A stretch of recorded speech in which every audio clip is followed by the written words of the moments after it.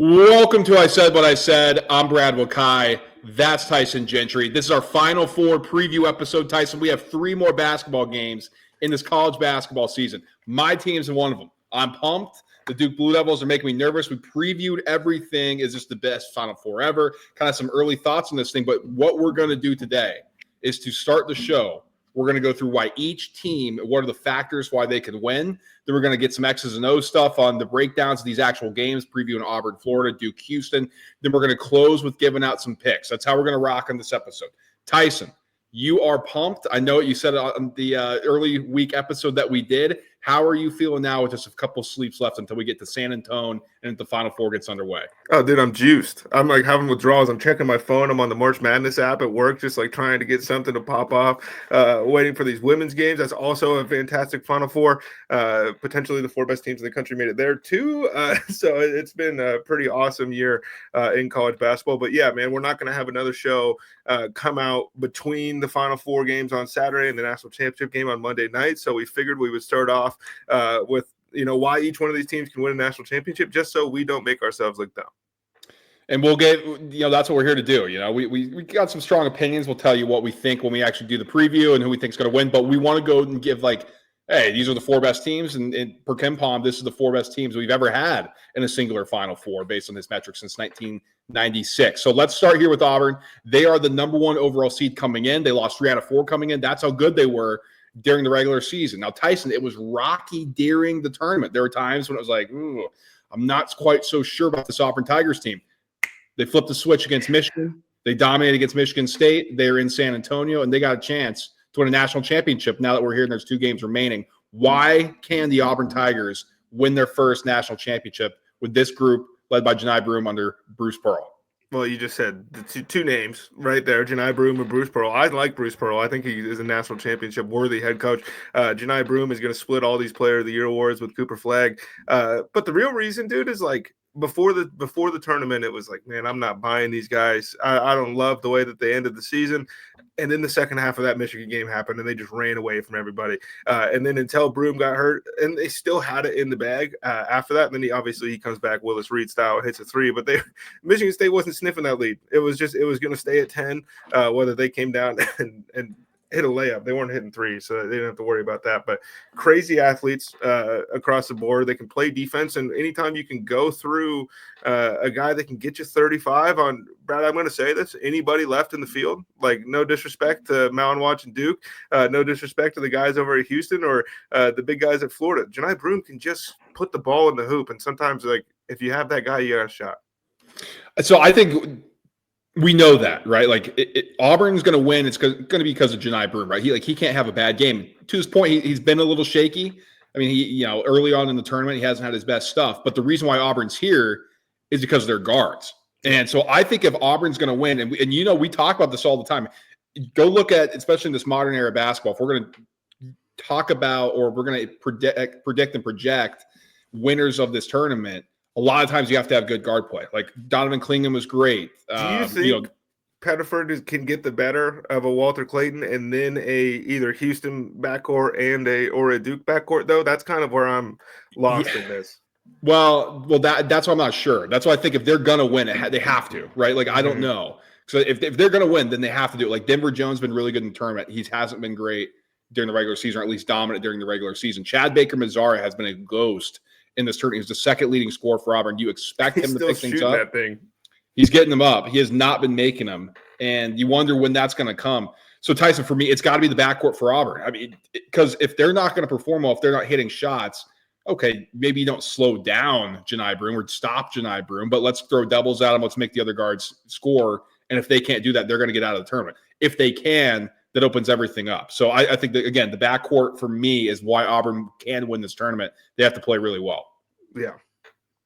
How about Florida? So on the flip side, we talked about, Walter Clayton, as you mentioned it. They've been an interesting team to follow. Why can they win this tournament? Dude, the best backcourt in the country. You got and now Thomas Houck is making shots. He's just trying to grab as much money off that NBA table as he can. But they've been one of the best teams, if not the best team, for the last couple months of the college basketball season. And anytime you're down by 9, dude, with 2 or 3 minutes left in the game, and you're able to just whatever, ball goes in hoop. That's what we do here. And we thought that Florida's defense was much improved coming into the tournament, and that was going to be like a sneaky reason. It hasn't looked great, brother. And I think that that's a genuine concern as you look at the 3 other teams that are left. But they got the best shot maker in college basketball.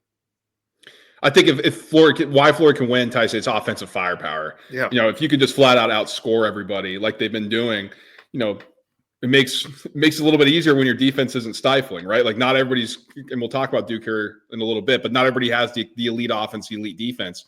Florida has the elite offense, and it's been elite enough where they're able to get past their defensive deficiencies, right? Like you said, Clayton's able to hit the big shots. Other guys are starting to step up and score. If that continues, that's going to propel them past Auburn. That's going to give them a shot against no matter who comes out on the other side of the bracket. So Florida's offensive supremacy is why they can win this tournament. Yeah, and we're talking about all 4 number 1 seeds. And Brad, what happened the last time there was 4 number 1 seeds in the Final Four in the NCAA tournament? One of them was led by all-world number 1 overall pick, no question about it. They had 5 other NBA players, and then Mario Chalmers made the shot, right? Yeah, maybe that happens here, Tyson, because you got the Houston Cougars who are super experienced. Let's see. Why do you think the Houston Cougars can win this one? I mean, the same reason everybody else. Like, did we see the first half against Tennessee? That was an all-time shellacking that they put on those boys. Defense is awesome. Shot making is way better.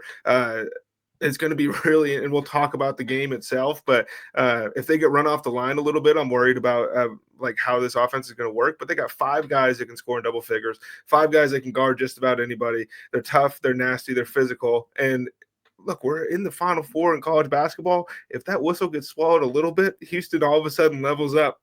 They're the number 1 favorite here.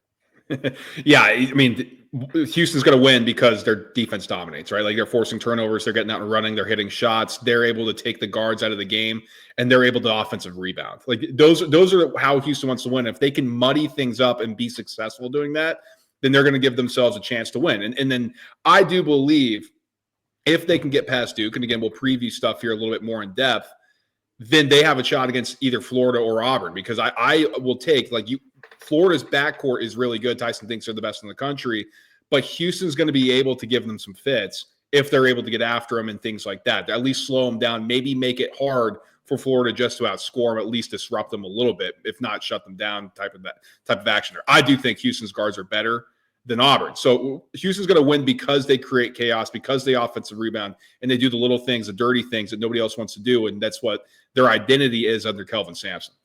That nobody else wants to do in the Big 12.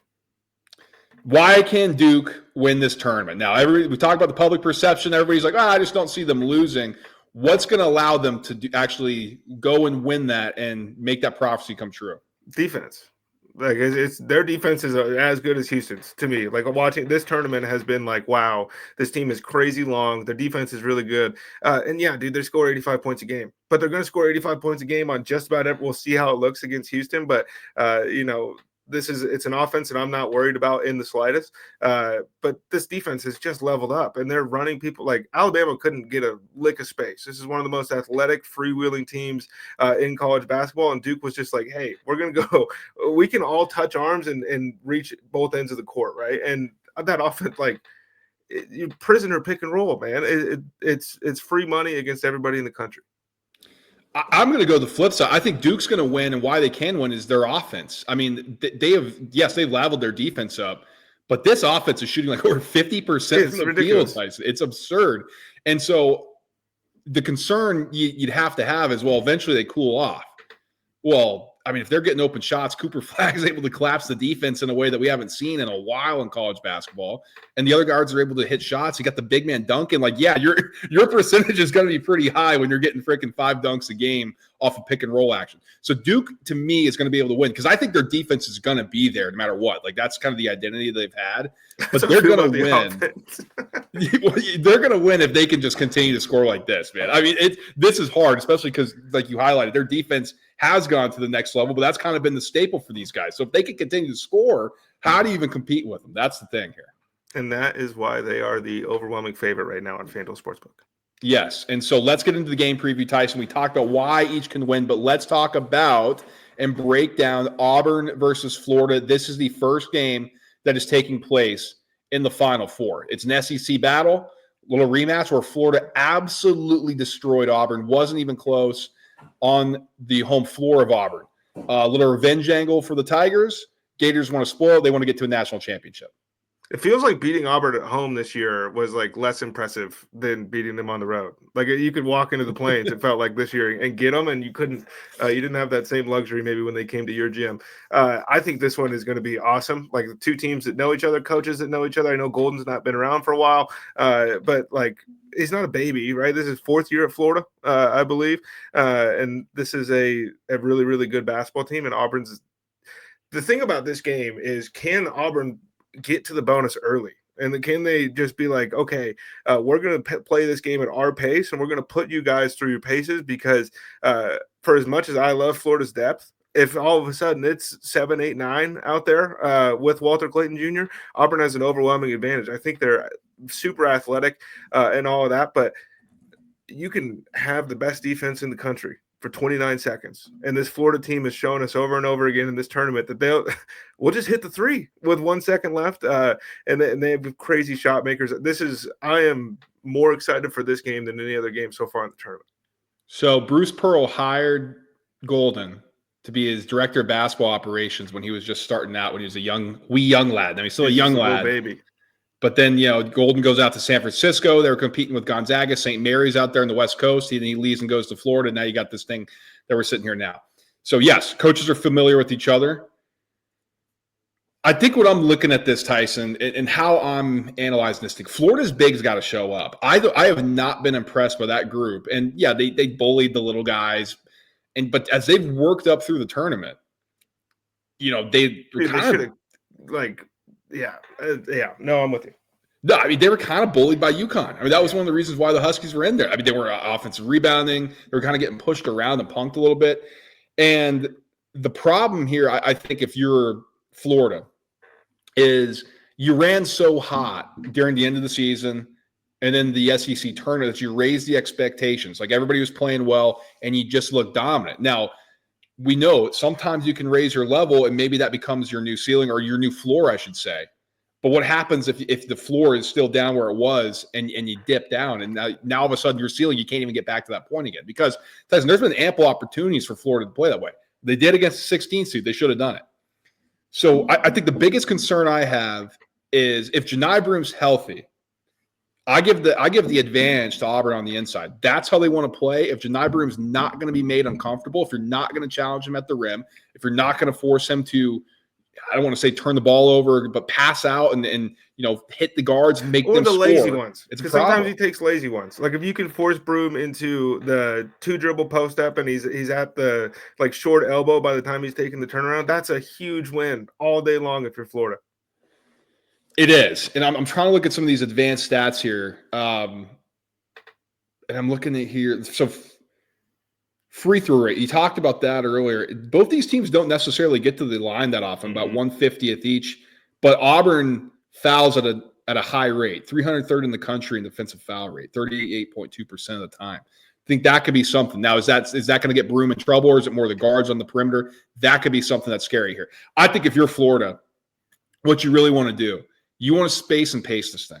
Space and pace them to death. See if you can run with us.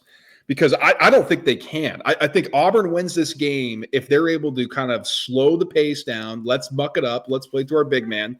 And let's see if we can hit enough shots with our guards. I don't think you want to do that if you're Florida. We've seen what happened when UConn did that. Texas Tech wants to get up and down a little bit, but they were comfortable in the half court. And it took a kind of miracle comeback for Florida to even get to this point. So I think that's what Auburn's going to try to do. Florida can't fall into that trap. They got to run and gun. They got to force the issue here. Yeah, and that's a pretty good practice against the Michigan State team for Auburn, just a round to go. All right. Any final thoughts you have on this game? We're going to give out our picks as well, and we'll give out the championship winner here soon before we get to money-making time. But any final thoughts you have? Any closing deal? Let's see what the eye line is for some of these shooters in San Antonio here. We've seen Final Fours where, stuff goes crazy down here. And we've also seen, it's 38-34 with 6 minutes left in the second half. And so, like, if it's a shooter's gym, I think you flip it to Florida. Like, I'm being genuine. This might be a little live bet opportunity here. But no, I had Florida winning the national championship before the tournament started. And I'm not backing off of it, brother. No, it's interesting, Tyson. That's a good point. So it was back here in 2018, Villanova, number one Villanova against number one Kansas, 95-79. Yeah. On the flip side, Michigan against that Loyola Chicago team, really good defense. That was 69-57 in the championship game. Nova won 79-62. So kind of some high scoring numbers there. I mean, you gotta admit, like, this isn't the team was so good. That's absurd. Where do they go when it's just like, oh my God, nobody's scoring here? Like is that NRG Stadium, the Texans one, right? When they're in Houston, like it's just death. Like there is nothing that takes place there. So I think that's something. Let's go to 2008, a little bit more of a one of the more recent ones. I don't want to necessarily go back all the way from when they're here, just because things change and all that. But let's get to the Final Four, Tyson. I'm scrolling here. Why can't I just pop it up? Okay. North Carolina lost to Kansas 84-66. Memphis beat UCLA 78-63. Then you had the overtime game that we talked about where Kansas hit the shot, Chalmers, and the overtime game was 75-68. So you kind of sitting there in that 140 range, on both sides. So that's something to note. I agree. So that is potentially could favor Florida if they're able to shoot and they're not going to be impaired by things.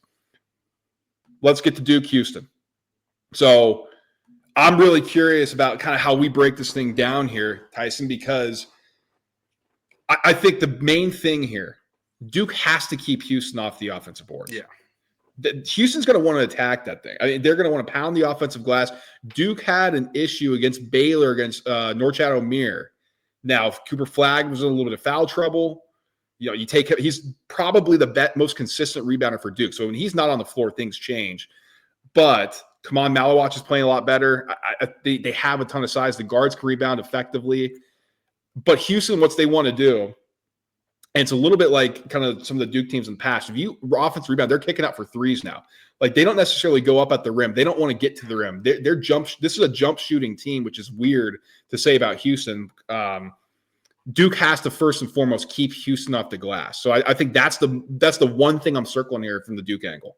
Yeah, and I'd like to go along with that is that Duke is allowing 33% from the three-point line in this tournament. Like, they just like Arizona got shut out, Alabama got shut out. They're playing like good shooting teams. This isn't like, you're playing the Loyola Chicago team you just mentioned or the San Diego State team of years past. They're playing really good shooting teams that are holding them, to well below their season numbers.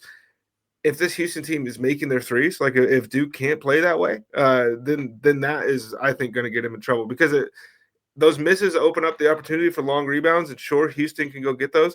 And Houston's wingspan, I mentioned Duke could stand like arm to arm and touch both ends of the court. I think Houston can too, and they don't even go above 6'8". And so I hear all the height concerns and everything. Houston has some freaks, brother. And I think that they're going to be able to do what they do. But I think, not letting Houston, light it up, shoot 50% from three is the biggest thing for me from the Duke angle. And then for Houston, it's got a little revenge on our minds. We're the Houston Cougars, and we got punked by not this Duke team, not this tough Duke team. We got punked by Filipowski and those guys. Like, this is crazy. We were down our starting point guard. Let's go get this one back. And this is a different team, like you mentioned, but this is one that it feels like they got a little more swagger to me. The LJ Cryer thing is going to be interesting. 6'1". We just saw this Duke backcourt eat up Mark Sears, and everybody's like, "Well, Mark Sears getting now." He couldn't even see over the arm. Like, that's the thing that we're like missing here.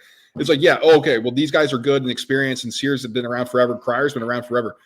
There's no substitute for length and size, and Duke has that. Like, if you ever played pickup and you're like, "Oh my God, this guy's way taller than me," and try to get up on a shot, you're like, "I can't." Like, I'm not even attempting that. It's in your head. And that was happening with Sears. Now, are they going to be able to scheme open Cryer? Probably. He's got his own little thing going on, and he can hit shots and get downhill. He's a slasher, but they play very similarly. And I think there is going to be an effect there. So when I'm looking at Houston, if I know that, if I'm like, okay, how can we kind of figure this thing out?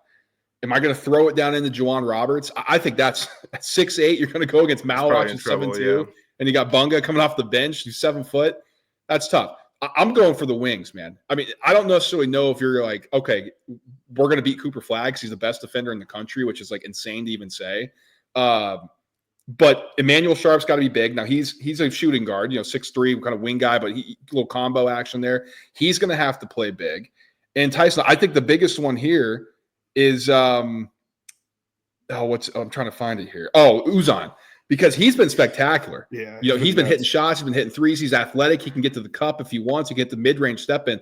To me, those two are the most important here for Houston. Yeah, I think that's probably Udon might be the most important player left in the tournament. Like if he got to go and they're a completely different team. This is also like some of the highest level shot making you'll ever see probably played in college basketball. Houston lives for these like one dribble, I'm going left, and then I'm taking something whether you're there or not. And they've made a ton of them this season. And then this Duke team, like you can't give Proctor a centimeter, you can't give some of these guys an inch to shoot the basketball. Like this white dude who looks like he should be hanging on a pole in a 1950s construction photo, like eating his lunch or whatever, is just able to get whatever shot he wants from anywhere on the court. The thing is like against an Alabama or against an Arizona, you get those against the Baylor, you get those opportunities, but Houston doesn't give you that centimeter. They don't give you the inch, and so I think it's going to take Duke a minute to find their footing.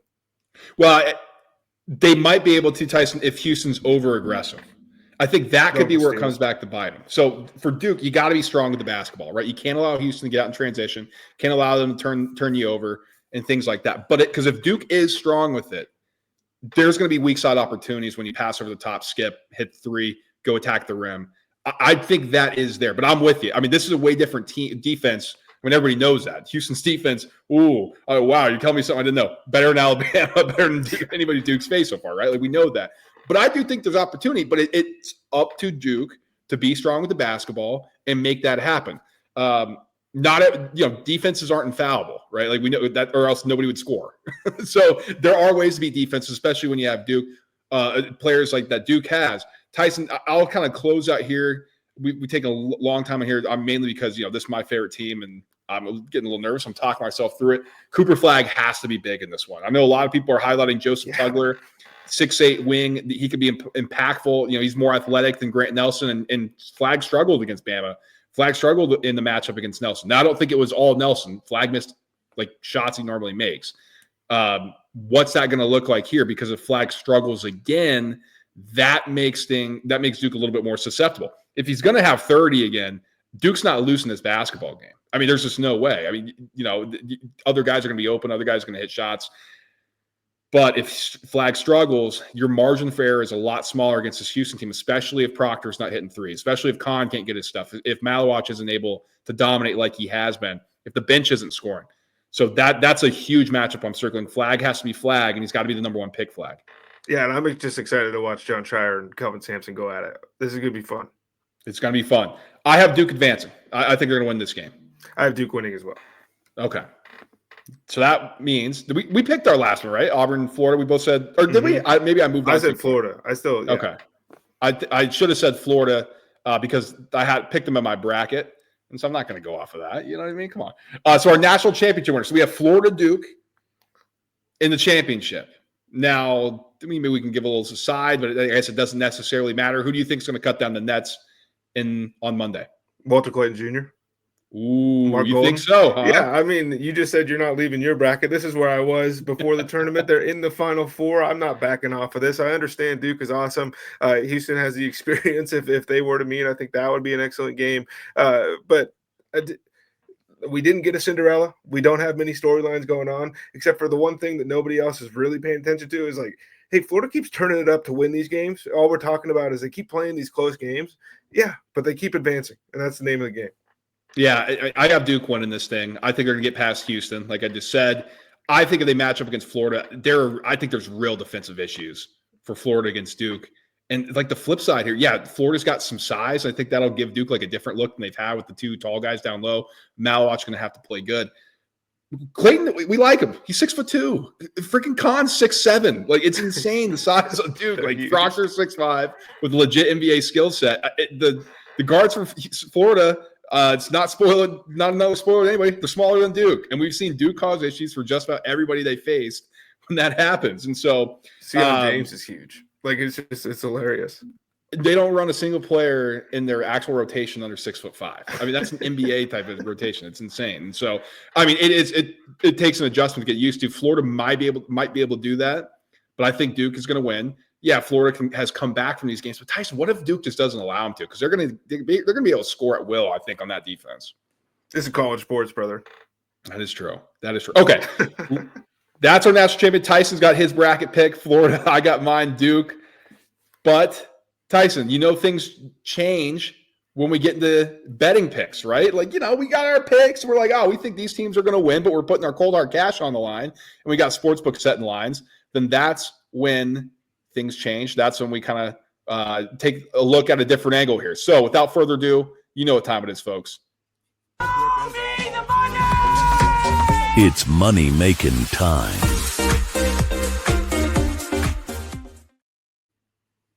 All right, let's go back. You guys know how the deal. We don't hide from anything that we do on here when we put out our pick. And so we're going to bring up the recap screen. 16 at 3-2 plus 1.26 units had the BYU Bama over 175.5. That was a rocking chair play. It felt great. Florida minus 6.5. That was an easy one to get home against Maryland.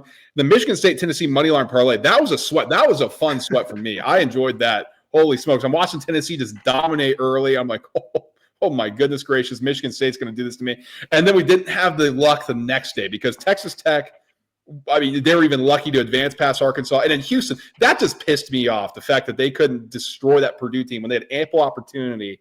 But I will take the plus 126, especially on the money line parlay. That was juicy. Yeah, I got crushed. I went 2-4, down 2.1 units. I had Alabama minus 5.5. I had Florida minus 6.5. Arkansas, Texas Tech, dude. That game could have. You got screwed on that. They could have scored 200, I guess. I don't know what was going on. Well, they went to overtime, or else you would have. Right. I think it'd been nice. It was just like, this isn't meant to be. Michigan State minus 3.5. That was a yikes. Michigan plus 9.5 felt really good for a while. That Michigan State game, I mean, that's the three that you pull from half court down 6. Whatever. And then Houston, I thought was going to run away too. I will say in our Elite 8 stuff that we talked about, we did much better. But Brad, we didn't have a show, so it doesn't count. Right. So, and that's the thing too. We kind of do ourselves a disadvantage. We don't do daily stuff. Tyson and I mean, it's always easier when you get to see these teams and you match up again. You're like, oh, well, that shooting performance will happen again. Like, I'll just take the other side. And so in our Discord, which Tyson will tell you about at the end, we've had a much more successful NCAA tournament overall. But, if we're doing show stuff, I mean, we don't hide from anything. We could be like, yeah, but actually we're up 30 units. No, that's not how we do it here. We just do this for fun. We're not professionals. We're trying to scam you. We're just telling you what we're going to play. So, Tyson, I'll go first. I got the T-box back. And I'm going to start with Florida and Auburn over 159.5 minus 110 on DraftKings. Now, that's a big number. We talked about, this is a dome. But they're kind of not necessarily running up to that number when we looked at some of the past history stuff. But I think Florida, is going to want to push the pace. I think Auburn is going to get into the track meet with them. Why do I have the feeling? 1, this total is set so high. And 2, Tyson, we know Bruce Pearl has got a little bit of hubris. We know this Auburn team has a little bit of hubris. These are older guys. They are established in their ways. I know that sometimes people are like, well, yeah, but they'll be more disciplined. Yeah, but they can also say, F this. I'm going to do what I want to do because I know how good I am because I've been in college basketball for a long time. So I think we're going to see some points get up. And we're going to see shots get up. We're going to see possessions. We're going to see these teams run up and down the floor. I'm still not as sold on this Auburn defense as I have been early in the season. I think they are susceptible. We saw Creighton bombs away from deep. And I don't think Florida is able to stop whatever action Auburn's going to want to do. So I think we're going to see points in this. I'm taking the over. You're just becoming a bigger and bigger hater on this Florida defense as this tournament goes along, and they haven't done anything to change your mind. Brad thinks that Auburn's going to score 120 points, and Florida's going to cover at 2.5. That's what I'm playing. It's minus 112 or minus 110 on MGM here. This is principal play. I think they're winning the national championship, so I think they're going to get the Auburn Tigers out of here, and it gives me room for this to be a close game because I want this to be a close game. Like if this spread was like 5.5 or 6.5 points, I'd have to go the other way. Well, I don't want the next game to be close, Tyson, because my Duke Blue Devils are going to have an opportunity to get to the national championship. First time since 2014. Should have done that against North Carolina.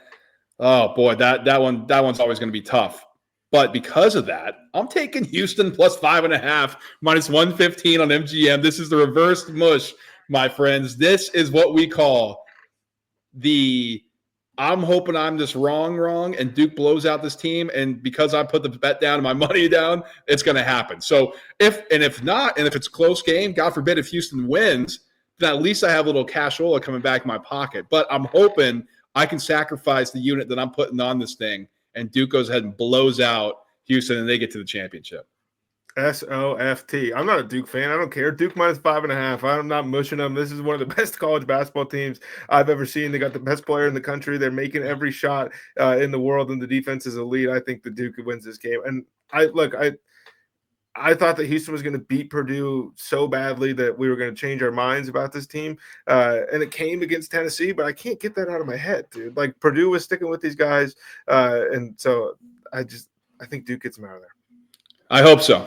I hope so, Tyson. I'll tell you that much. Big show today. A lot of preview stuff. I'm excited for it. And Tyson, it's going to come. The championship game is going to come on Monday. We will not be doing a show, unfortunately, but we'll do a reaction. But where can they find the pick in the chipper? It will be in the Discord app. Group name is I Said What I Said. Like right now, I'm looking through FanDuel. Like if you are like me and you think Florida is going to beat Duke, that's plus 600 sitting here in the hypothetical. So there's always stuff to play. Like there might only be 2 games. We got plenty of extra action going on. Baseball is up and kicking. Brad's hitting overs left and right. He's just loving these torpedo bats and just watching this thing, fly out of the park. And the NBA is rolling. The NFL draft's coming up. Hop in there. It's free. We'll let you right in. Absolutely. Like, subscribe, and share the show. Don't miss a single thing that we do. Like Tyson mentioned, NFL draft. I think we'll figure it out, but I think we're going to have some more baseball stuff this summer. We'll kind of see how we're doing there. But college football doesn't stop. NFL doesn't stop. We got you covered. So we got to stay subscribed so don't miss a single thing. Of course, NBA playoffs are around the corner. That's actually our old bread and butter, to be completely honest with you guys. So we'll jump back on the hardwood when it comes to the professional ranks. Smash the like button on the way out if you're watching and on YouTube, and if you're listening in podcast form, give us a 5-star reviews if you haven't already. Share it with a friend, share it with somebody you hate, share it with your mom, your dad, your son. I don't know, however you're listening. Appreciate your guys' support as always. Enjoy the Final Four. We'll be back breaking down what just happened in the Final Four and then the national championship game early next week. So until then, guys, peace.